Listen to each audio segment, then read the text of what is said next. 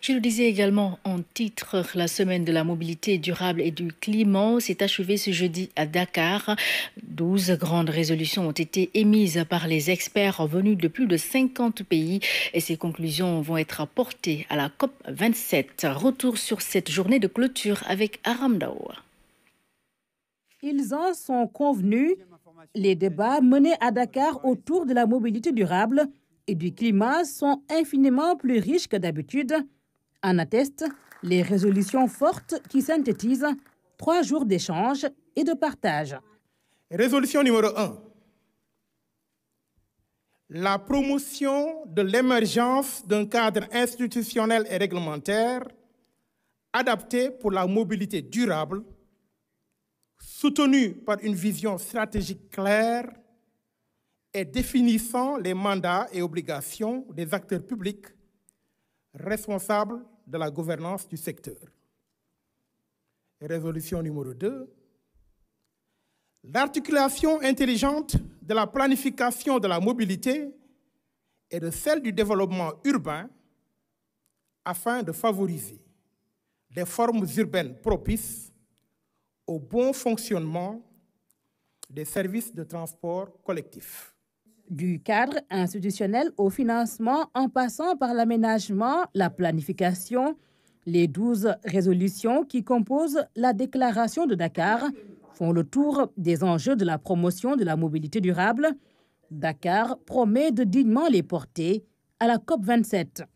Le Sénégal ne ménagera aucun effort pour assurer une bonne prise en charge des conclusions et recommandations issues de cette rencontre et sera honoré en tant que président en exercice de l'Union africaine et également président de la conférence ministérielle africaine sur l'environnement de pouvoir porter la déclaration de Dakar avec ses résolutions tirées des échanges de haut niveau et des gestions techniques auprès de ses pairs.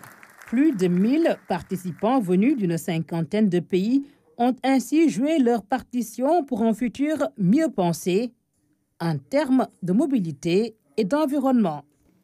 La mobilité est au cœur de toutes nos activités. Éducation, emploi, santé, commerce, engagements sociaux et culturels.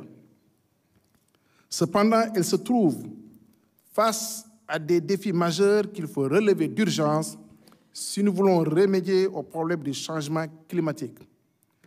Besoin accru de mobilité avec plus d'1 milliard d'êtres humains supplémentaires sur la planète d'ici 2030, doublement attendu du nombre de véhicules sur les routes d'ici 2050, émissions de gaz à effet de serre représentant près d'un quart des émissions totales liées à l'énergie et qui devraient augmenter si rien ne change. Le CETUD, la CODATU et Climate Change ont été à l'initiative de cette semaine. Ils ont croisé leur mission pour contribuer à l'effort climatique en assurant aux usagers des moyens de transport de masse adaptés. L'un des temps forts de cette journée de clôture a également été la remise du prix de l'innovation. 3 startups ont été distinguées pour avoir conçu des outils qui répondent aux défis de la mobilité et du climat. Le premier prix a été est allé à l'outil de détection de la somnolence au volant. Plus de détails dans ces réactions recueillies par Aram Daoua. L'idée nous est venue de concevoir un dispositif électronique qui est très facile à installer sur une voiture et qui est doté d'une caméra à vision nocturne et grand angle et qui permet de détecter la somnolence au niveau du visage du conducteur.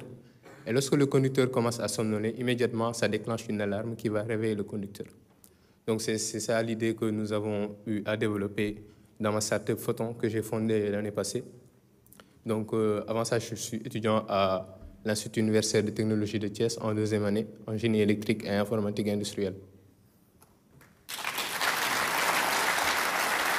Nous avons donc bien pris connaissance des projets soumis par les 3 lauréats et nous sommes impressionnés par tant d'ingéniosité et de créativité.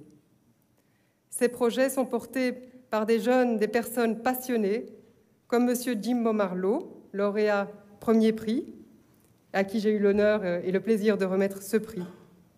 et qui propose de développer cet outil de détection de somnolence au volant, qui contribuera à diminuer les risques d'accident de la route.